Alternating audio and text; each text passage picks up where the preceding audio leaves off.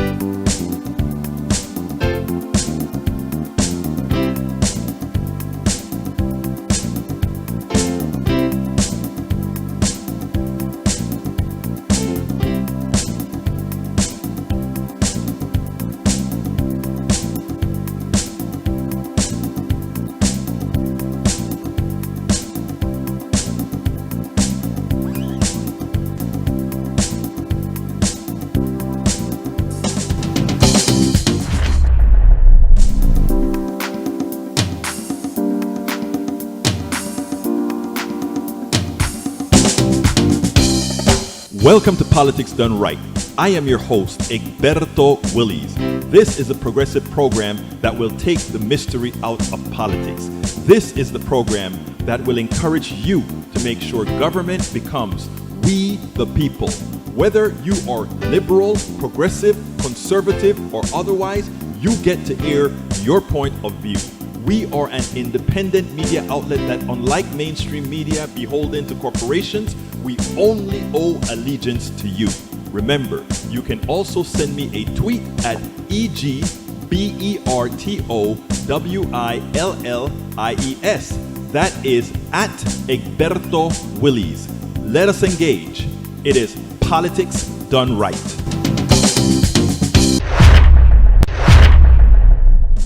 Well, folks, welcome to one more edition of Politics and Right. I'm Egberto Willies, your host. Thank you so kindly for being a part of the show. We are going to have a great show for you today. In fact, today is more of a show that says, neighbors helping neighbors, doing the right thing. We have a great interview with somebody from Northwest Ministries that I think it's going to show you what we can be. I'm a humanist. I'm not into the religious kind of a thing. But just watching what these guys have done throughout Houston and through, kind of organizations that work over time to make things better for people, I think you guys are going to appreciate this quite well. I think you're going to like this. But before you get busy, let me see. Bridge MCP busted. Why? The numbers behind Mitch McConnell's election don't add up. I saw that article. I didn't want to write about it because I didn't want to start to do the tit for tat as far as I didn't want to do that. Oh, am I delayed a bit? Sorry about that. We had a lot of problems actually getting started today, but we'll see. Anyhow, Michael Rudnin says Trump wants one last act of redemption for 4 horrible years of screwing everybody. In a surprise video announcement posted, Twitter, Trump called for a bill a disgrace, which it is, wasteful and unnecessary, which it is. He demanded that lawmakers increase the stimulus to $2,000 per person. Yes.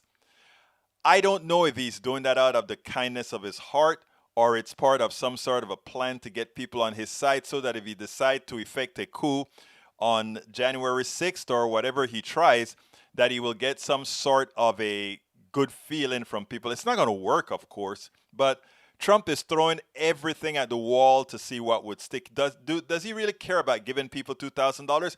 We have to get we have to get out of the belief that Trump cares about anybody other than himself. Not even his kids, his wife, nobody. Trump cares about Trump. Nothing else. It's all about Trump. So it's great. I mean, if we benefit from $2,000 per person, that would be excellent. Rashida Tlaib and AOC, there's a bill ready to go on the floor tomorrow, not to force him to veto, but to say, hey, go sign the bill, and we'll pass this bill that adds the $1,400 to that $600 to make it $2,000, and then that's what will go out. Look, right now what we need is a basic income to everybody that's not working. Or actually, I think as a primer, we need a basic income to everybody right now. And those people that are out there working in the pandemic, they need something extra. We need to start this economy flying.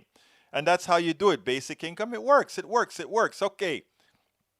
Last minute delay. Okay, Mike Cisak says, Egberto, if people were allowed to work like normal, they wouldn't need this charity. You see, it's not charity, Mike Cisak. And understand economics. Economics has nothing to do with charity. Economics is a man-made, a human-made design to have interchange of products and services. Okay?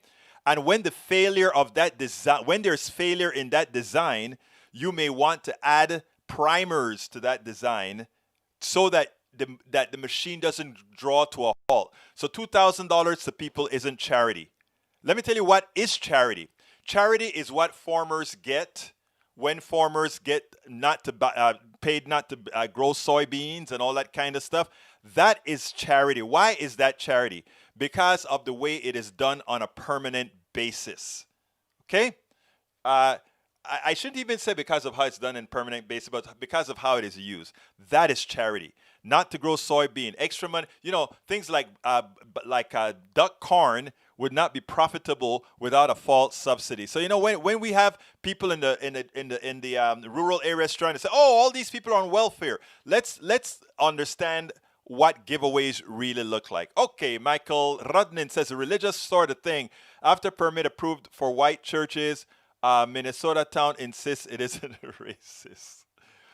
Oh, God, don't get us there. I don't want to get on that subject. Okay, I don't want to get there yet. Okay, Michael Renner said, Ray, that's the bridge. Trump is doing it because, like me, we're pissed at all the special interest spending the Democrats and GOP establishment put in. Don't tie the well, actually, you're right, CSAC. I was about to say, don't tie the Democrats, but no, establishment Democrats is what you're speaking about, and I can take that. Mike CSAC, what works? The failure of Democrat authoritarians who are shutting down business at the state and the local. Oh, God. We're not going to go there. But anyhow, welcome aboard, Mike Cisak. Welcome aboard, Ann Sperber. Welcome aboard, Bridge MCP. Bridge MCP has been doing some great design for us recently. I just pulled it. I accidentally pulled it down. Now I got to go find it. But that's fine. Thank you, Bridge MCP, for all that you do. Mike Cisak, Michael Rudnin, our researcher here. Anyhow, title of the show today.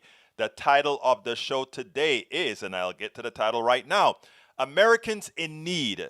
This nonprofit succeed where the GOP sabotaged government fails. Okay, I repeat. This nonprofit succeeds where a GOP sabotaged government fails. Northwestern Assistance Ministries is doing what government should be doing. Brian Carr explains how they do it. People over corporations. But before we get there, there's a video that I told you last night that I wanted to share with you all. And the purpose of this video was to kind of show you that the fallacy of us being a democracy needs to be debunked. And that's what I did along with some of the info and the blog that goes along with it. So let me go ahead and play that, and then I'll pull up that blog that I wrote to correspond to this and let you know what I said in that blog. But let's take a look at it. Let's go ahead and do that now.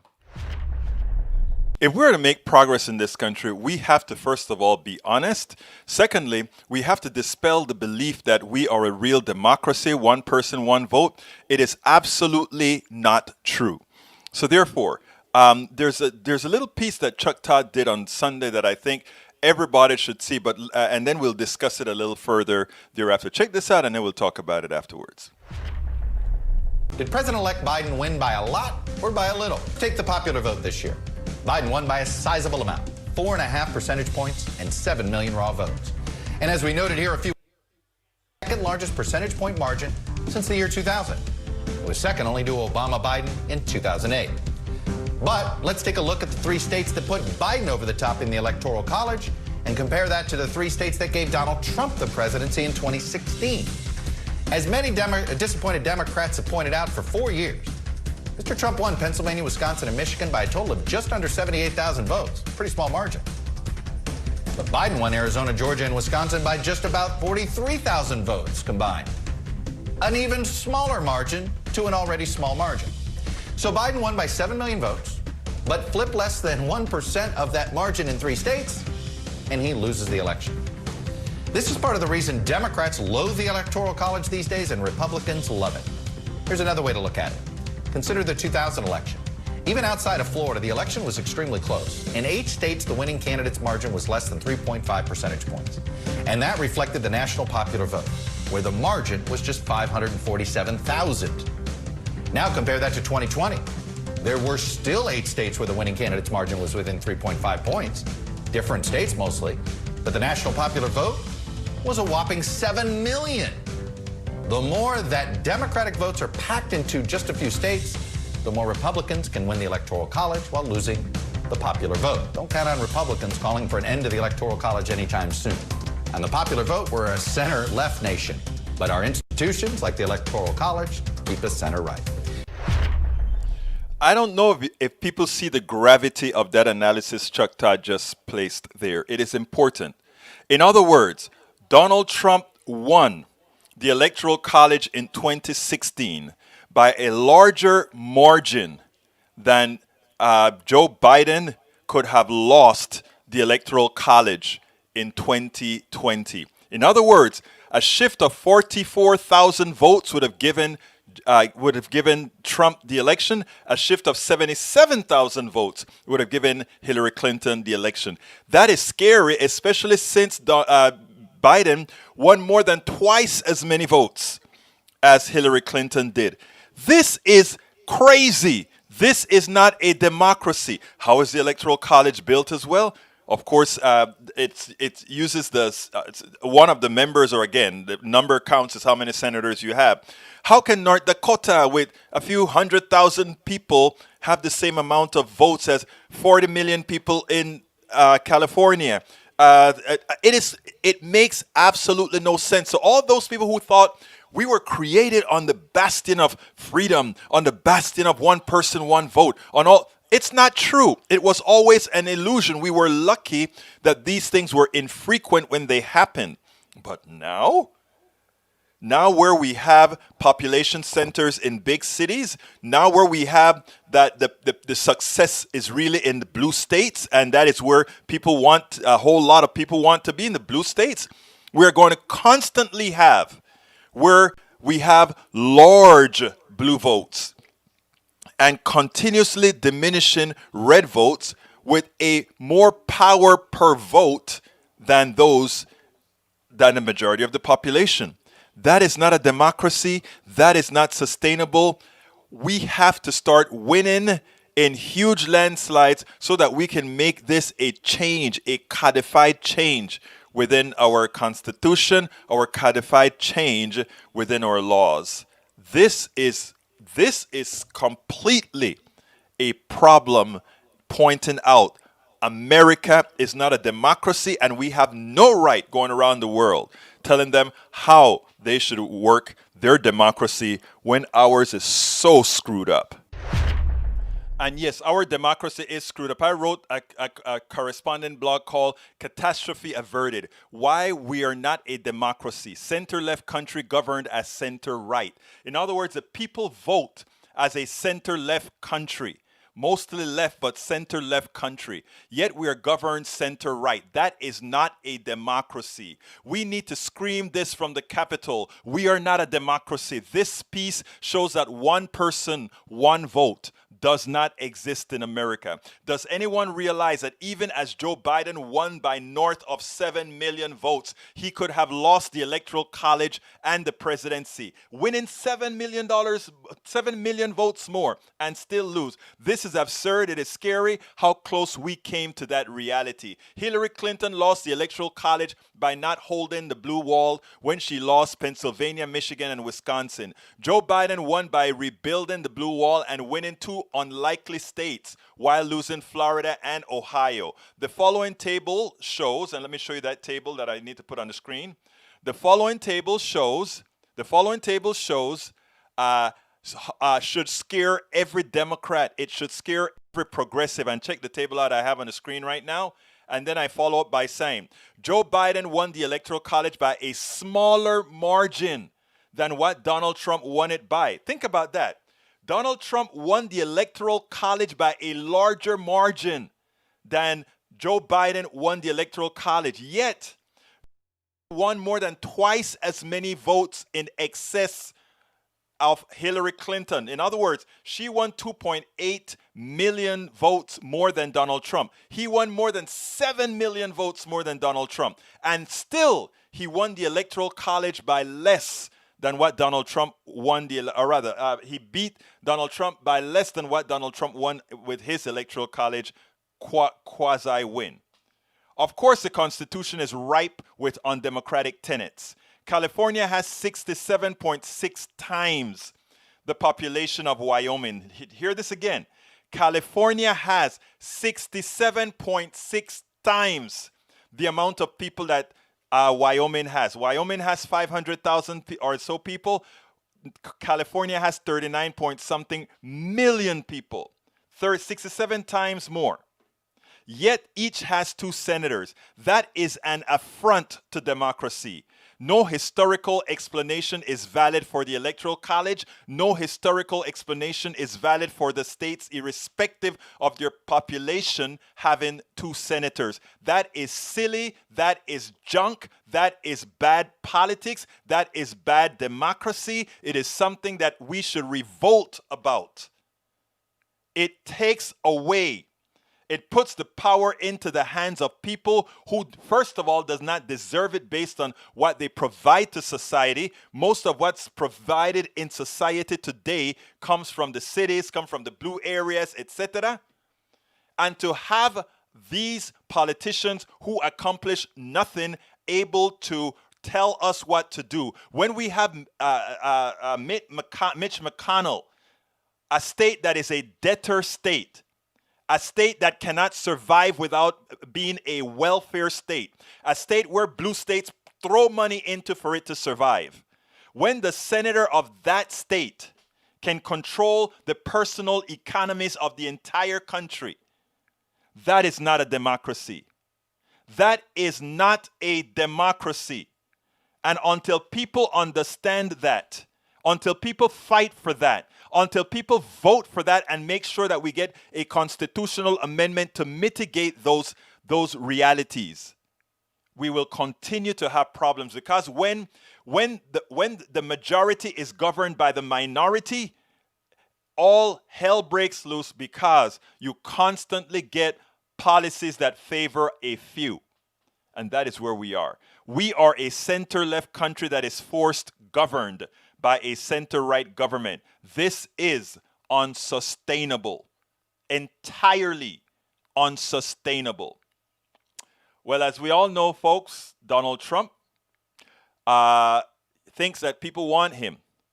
Well, maybe he'll get the clue now that one of his friends is now telling him, get the hell out of there.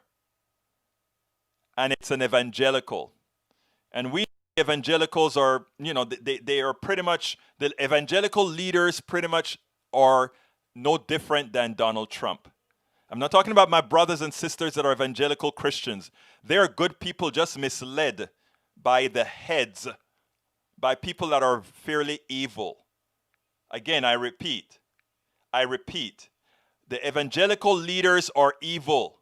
The evangelical Christians are good people that are simply misled by the evil, because their Bible tells them that these are the shepherds. that move the flock. I repeat, my evangelical brothers and sisters are good people. The bad ones or the evil ones are their leaders who support Donald Trump and forces their pew to do the same. Check this out. Even the televangelist Pat Robertson is telling Trump it's time to move on. I think it's all over. I think the Electoral College has spoken. With all his talent and the ability to raise money and draw large crowds, the president still lives in an alternate reality. He really does. The president still lives in an alternate reality. He really does. People say, well, he lies about this, that, and the other. But no, he isn't lying. To him, that's the truth. To him, that is the truth. To him, that is the truth. In other words, well, yeah, my good friend is a liar. But he's not really a bad liar, because when Trump is talking the crap that he talks, he really believes it. So he's okay. He's okay. He believes it. No, the president is a bona fide liar, and the president is an evil person. One can only be evil doing the things that he does. Okay, pastors better learn how to live stream. I hear you, Michael Rudnan, I hear you. John Carter, Harris County in Texas has more population than 20 plus states, yet we don't have an electoral college vote. I want you guys to think about what John Carter just said. There's not a Harris County person who is voting in the electoral college. That's what I think he's just saying there. Think that. Welcome aboard, Mukhtar Shuaibu. Let's see how to update my book. Let's see who else is here that I haven't called out yet. I know I saw a lot come in. John Carter, I think I called you out, my brother. Jody Jecha Van Strat, welcome aboard. We also have Robert Reed. Welcome aboard, Robert. Robert says people are running out of some blue states with a trail of hellfire behind.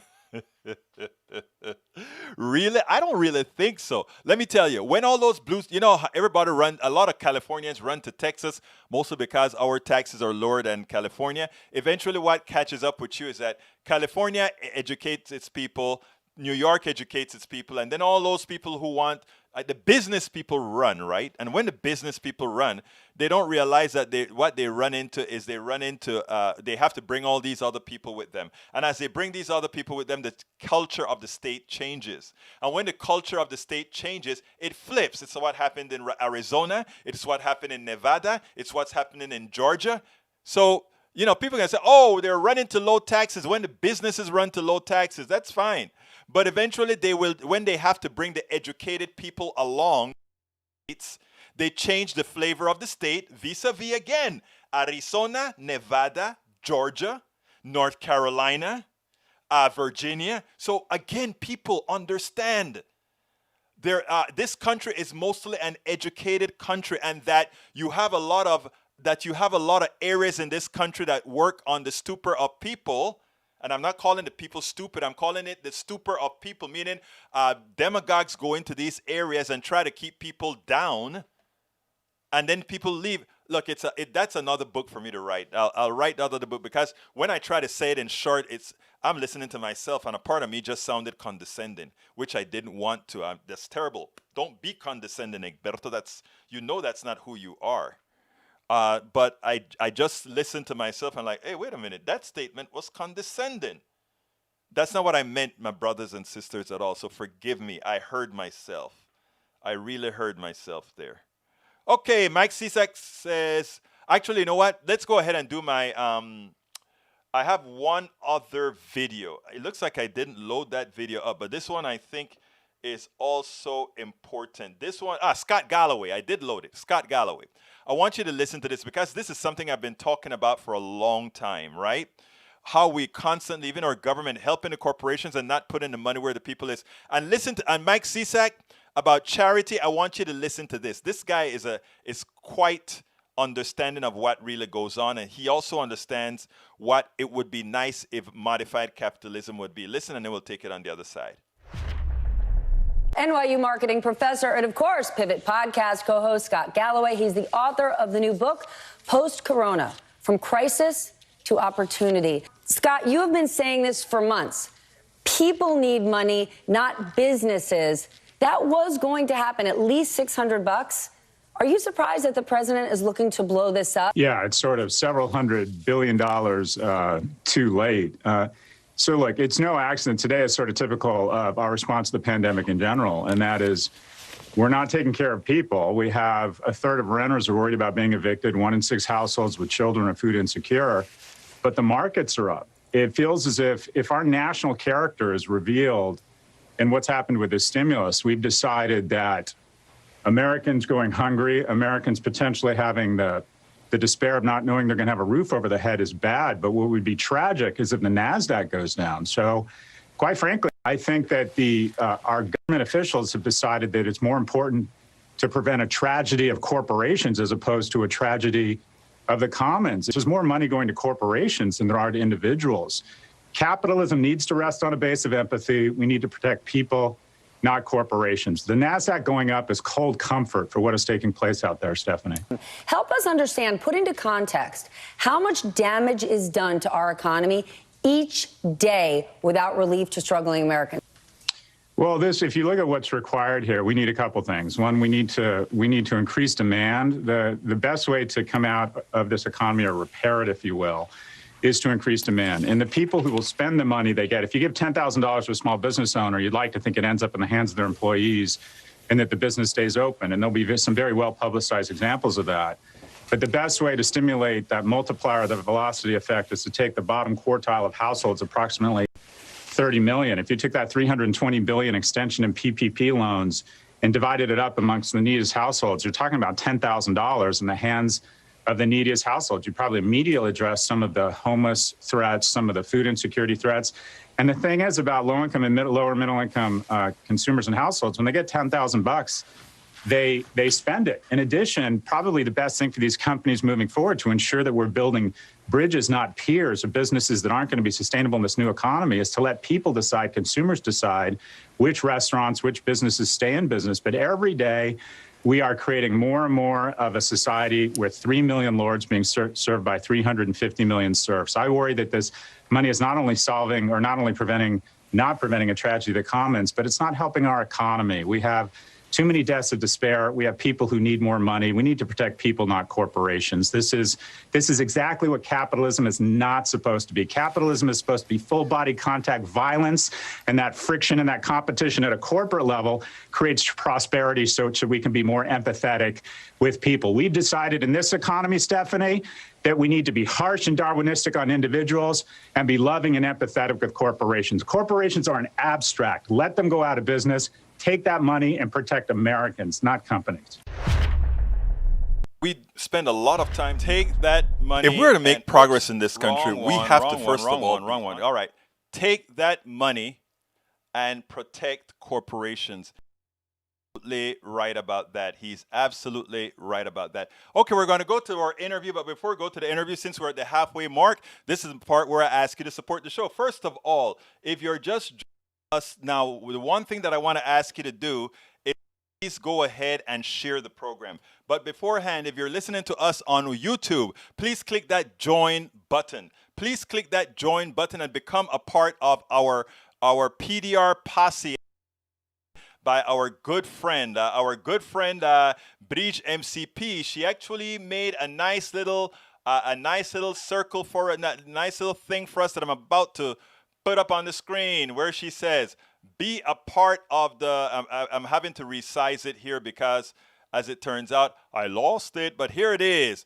Be a part of the Politics Done Right posse, the PDR posse, according to Bridge MCP. Just click that join button there. Click that join button and become a part of the posse.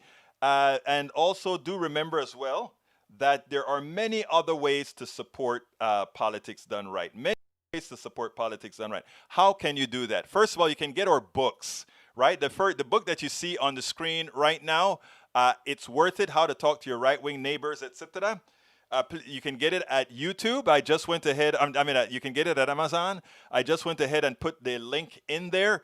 Or if you want to get around the middle person, you can go ahead and get it at our store, politicsdoneright.com/store, politicsdoneright.com/store. That is how you can get our book. It's worth it. But you can also get a few of other books that we have, which is like As I See It, Class Warfare, the Best Resort to Right-Wing Doom, or Lose Weight and Be Fit Now. I've had my weight problems, and that's what I've done to actually mitigate that. That is what I've honestly said to myself, we got to do that. Activists have to stay in shape, man, because there's a hell of a lot of work that we got to go out there and do. So you can either get that all my books are at Amazon, or you can also go to politicsdoneright.com/store to get the book. If you are not on YouTube, you can still join our posse by going to politicsdoneright.com/YouTube, politicsdoneright.com/YouTube. You can support us as well, join in becoming what's called a Patreon.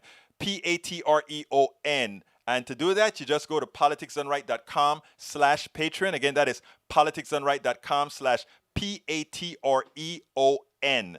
And of course, we all take PayPal. So you can go to politicsdoneright.com/PayPal to support us via PayPal, politicsdoneright.com/PayPal. I am done.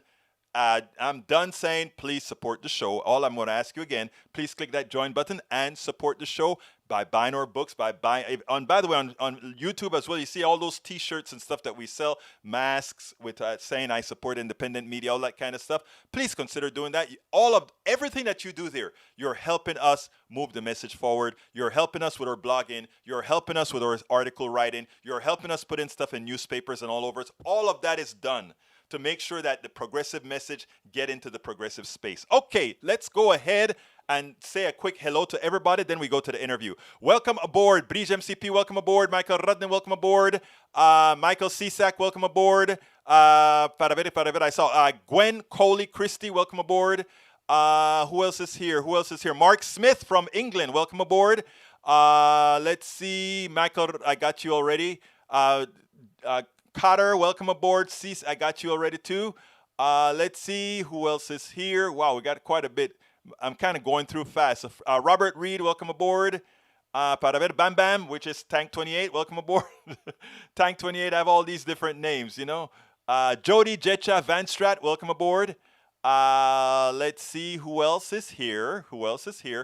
All right, let's go ahead and do the interview, and then we'll come back. AVQ, welcome aboard.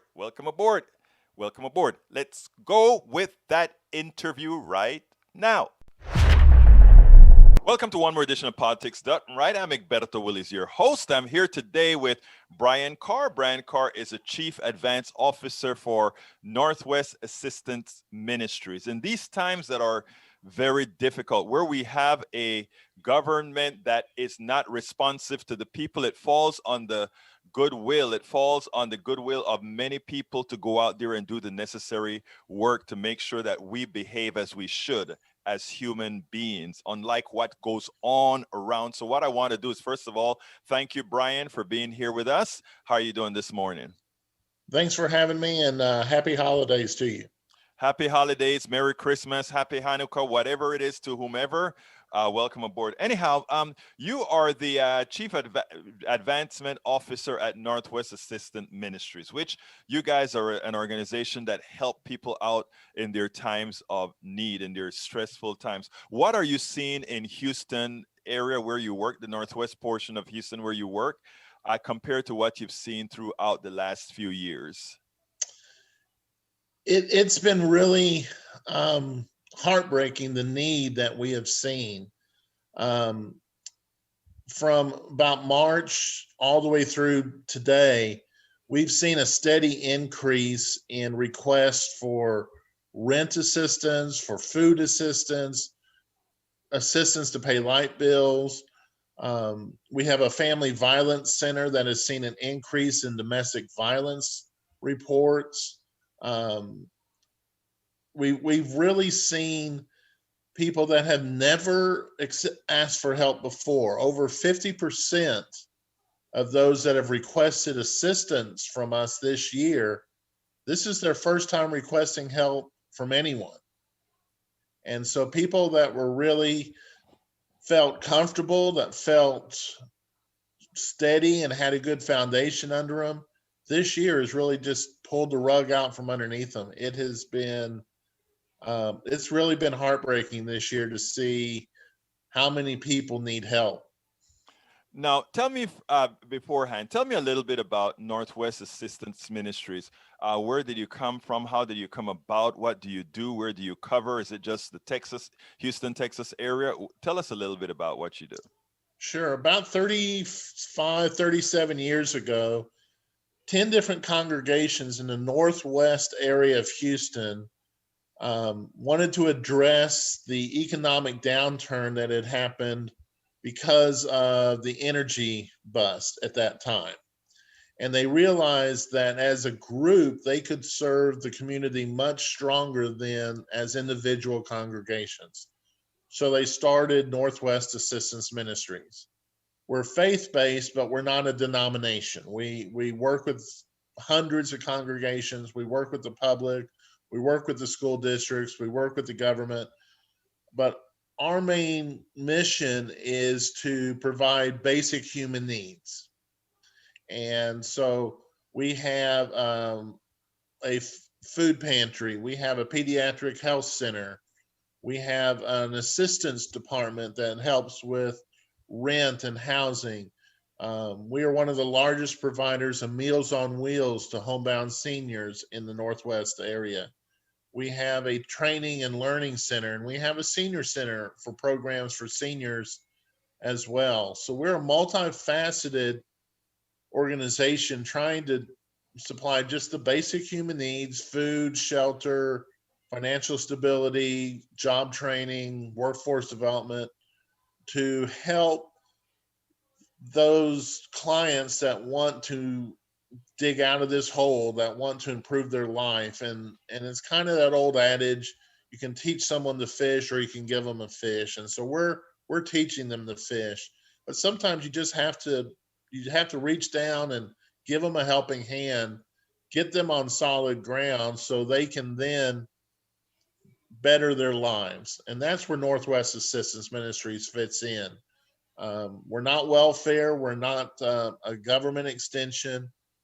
Every dollar that comes to us is asked for. It's either from the public, from foundations, corporations, and so it's really is a matter of neighbors helping neighbors.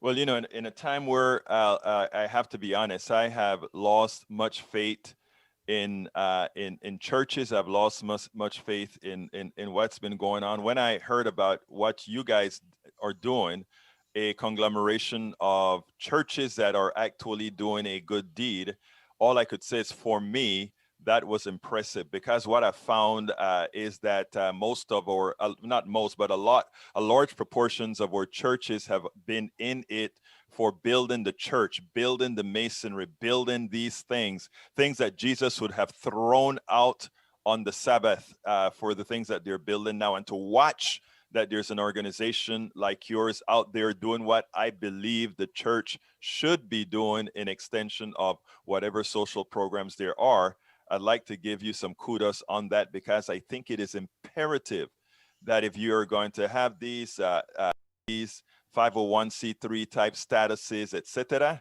that you actually, there's a reason for doing it. So first of all, thank you for what you're doing. Now, you stated earlier that, and I like a phrase that you use.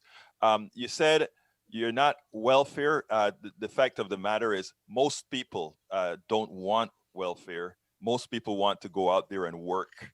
Most people want to do something with dignity.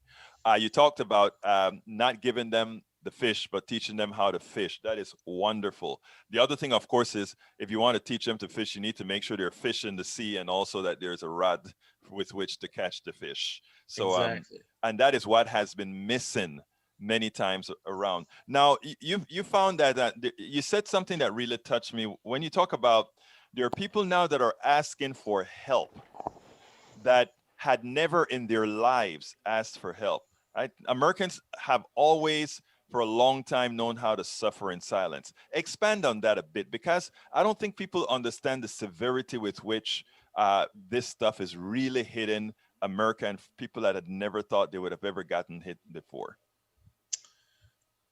As I said, over half of the people that we have served in 2020, as far as rent assistance and food assistance, this is the first time they've asked for help. And we know, expanding on what you were saying, how deep they had to get in their disparity to be able to request that help, to be able to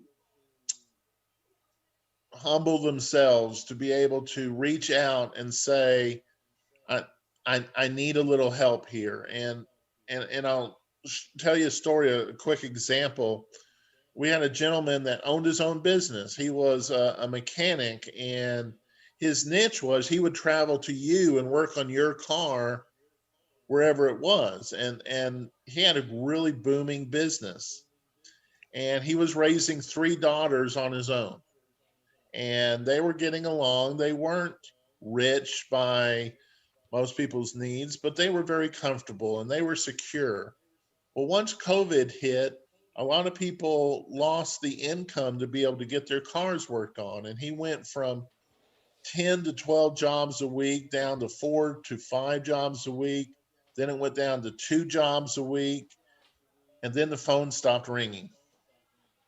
And this man, very prideful man, very proud that he had built his business and he was taking care of his family.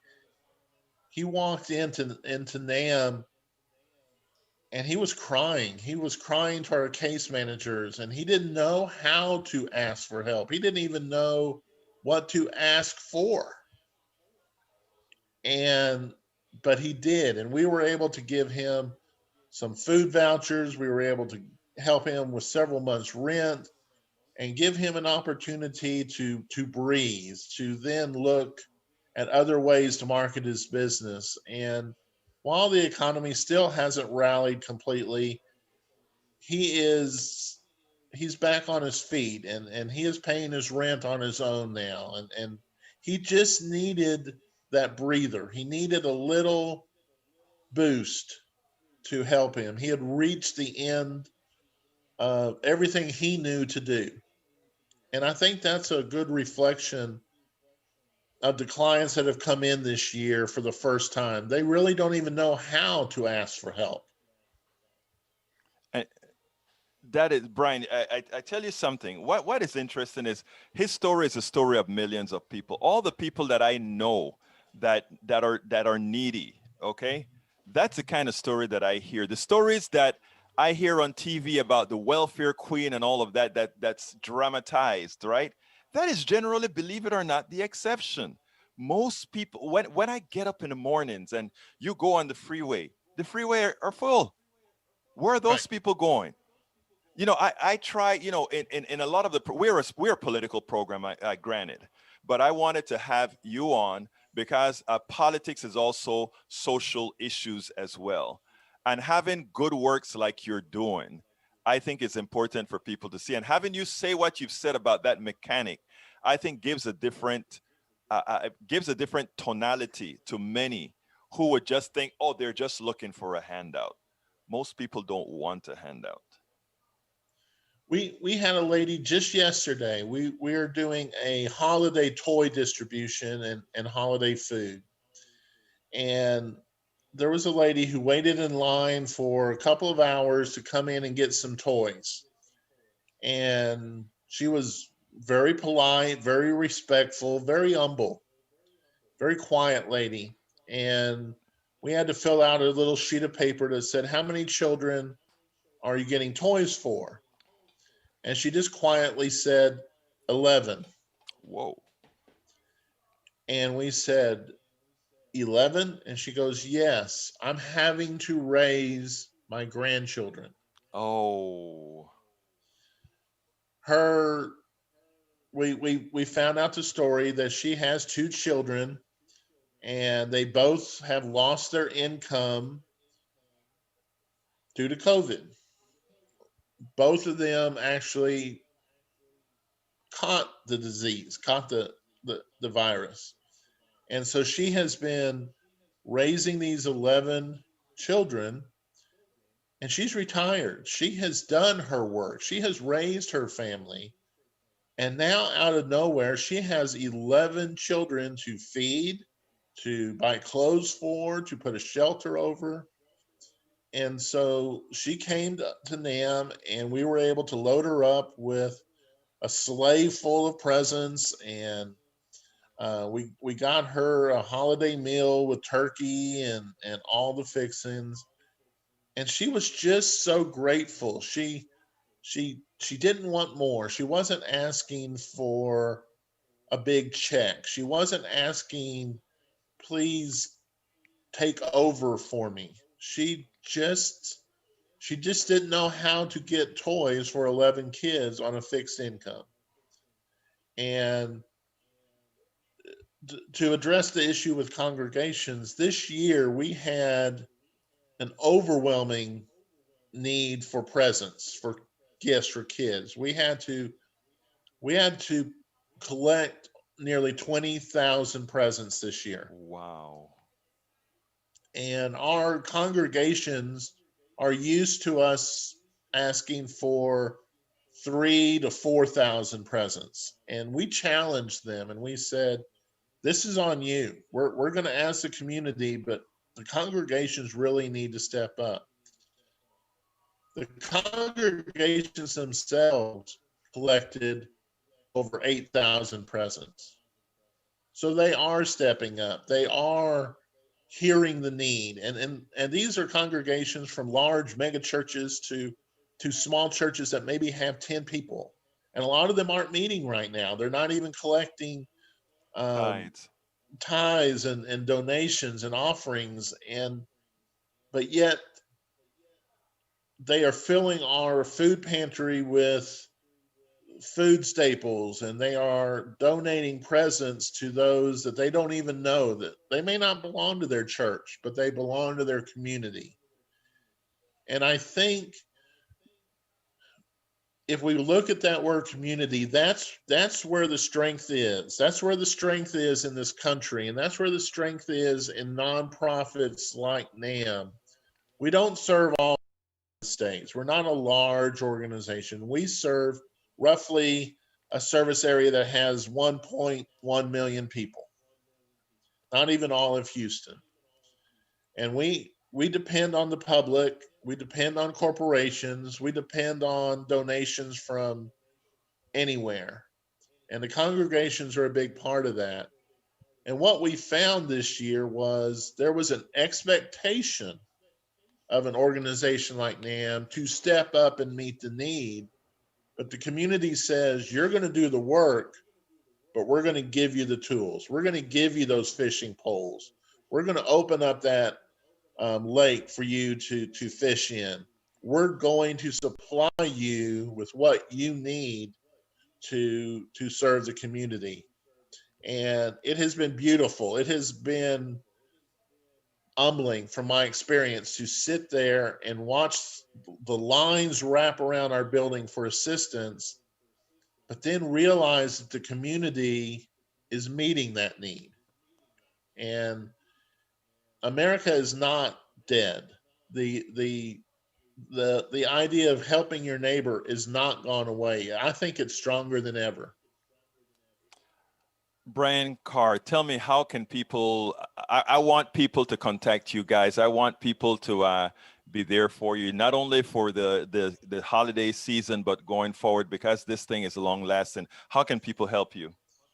The easiest way is just to go to our website, which is NAM, N-A-M, online.org, namonline.org, and find out about our programs. There's ways to volunteer. There's ways to donate, and spread the word. Let others know that there are organizations out there that we're here. We're here to help.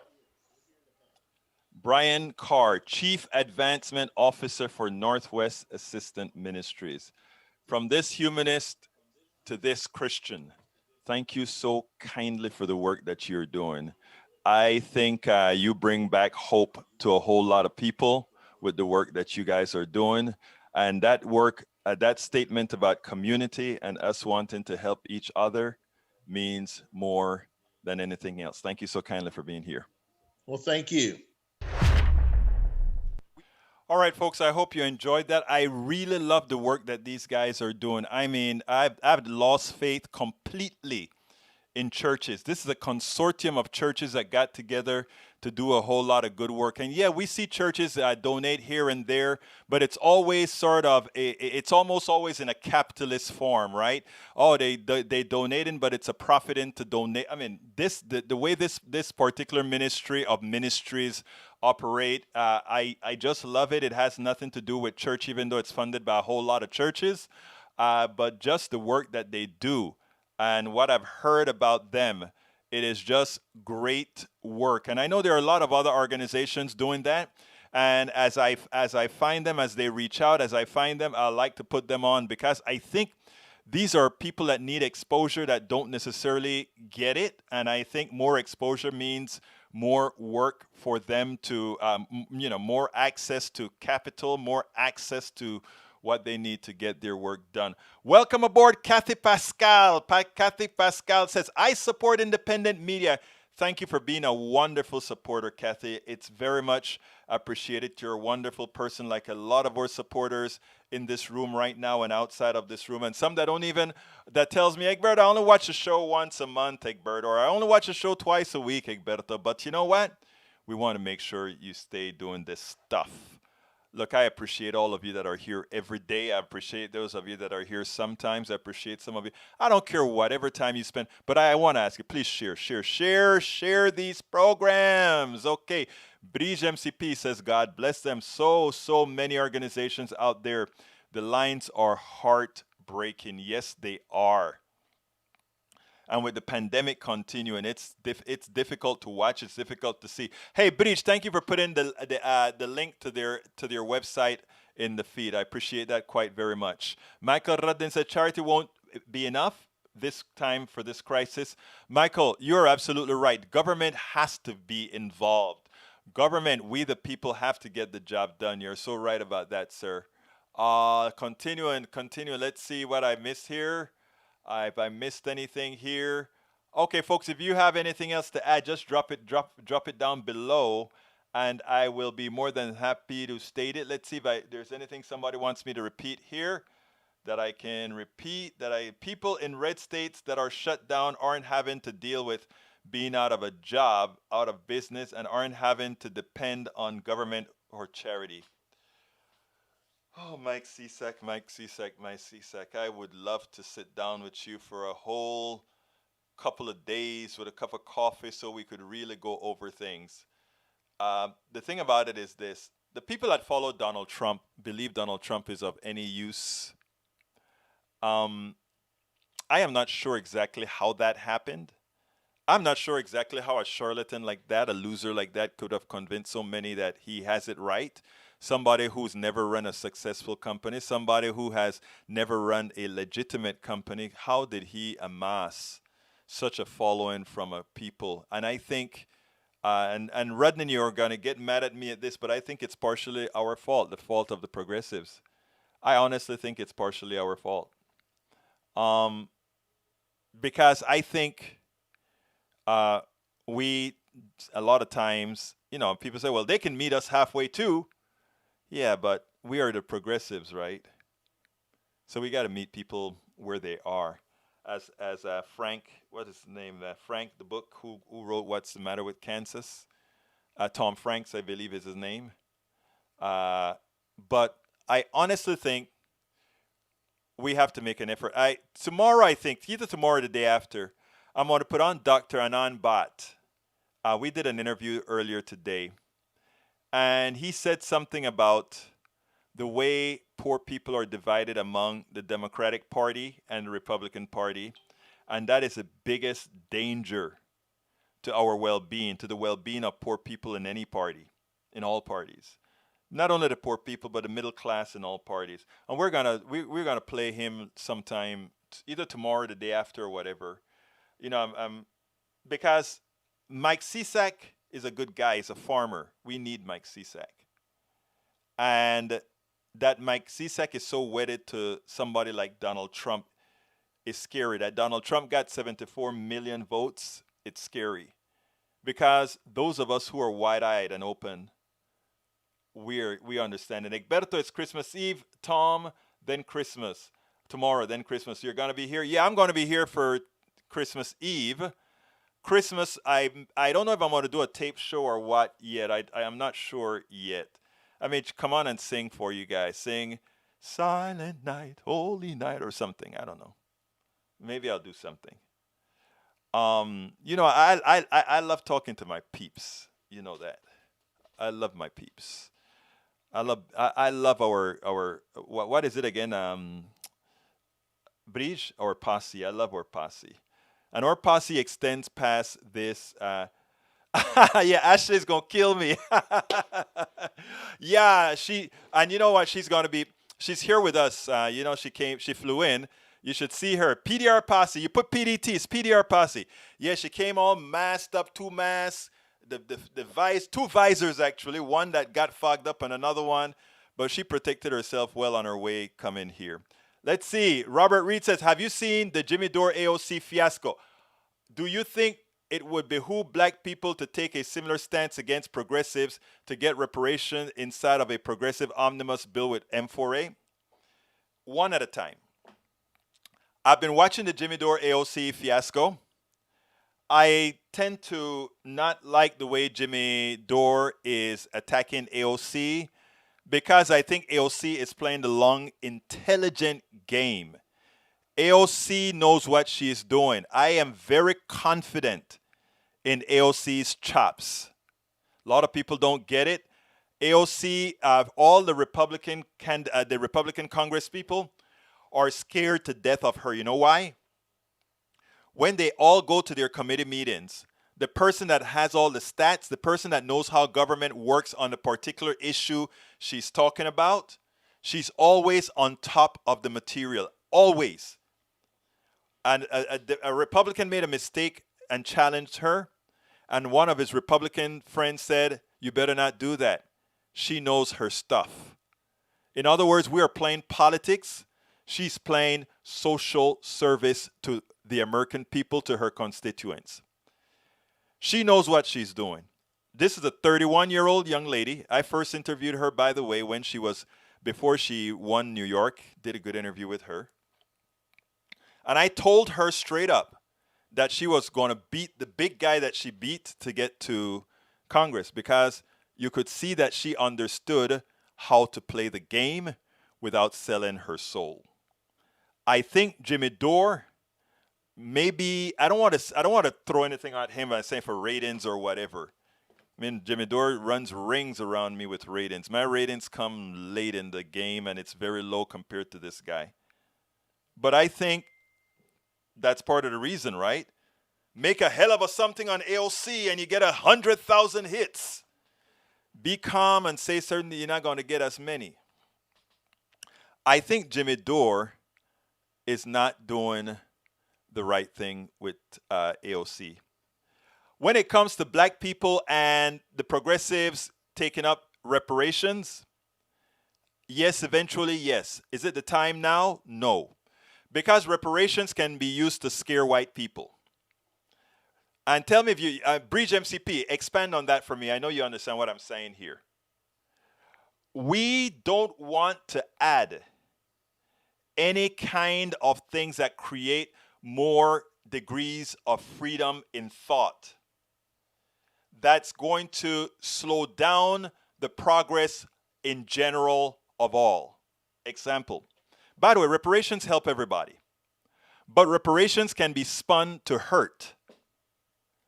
And if it's not done correctly, it can be done to lose it all, not only for black people in particular, but for the masses in general. Maybe we should do an entire show on that one, because I got to go right now. But I want to tell you guys, thank you very much for being here. I know you can be anywhere else. Love you all. Thank you all for being here. My name is Egberto Willies. This is Politics Done Right. And you know how I'm going to close out this baby. I am what? Out.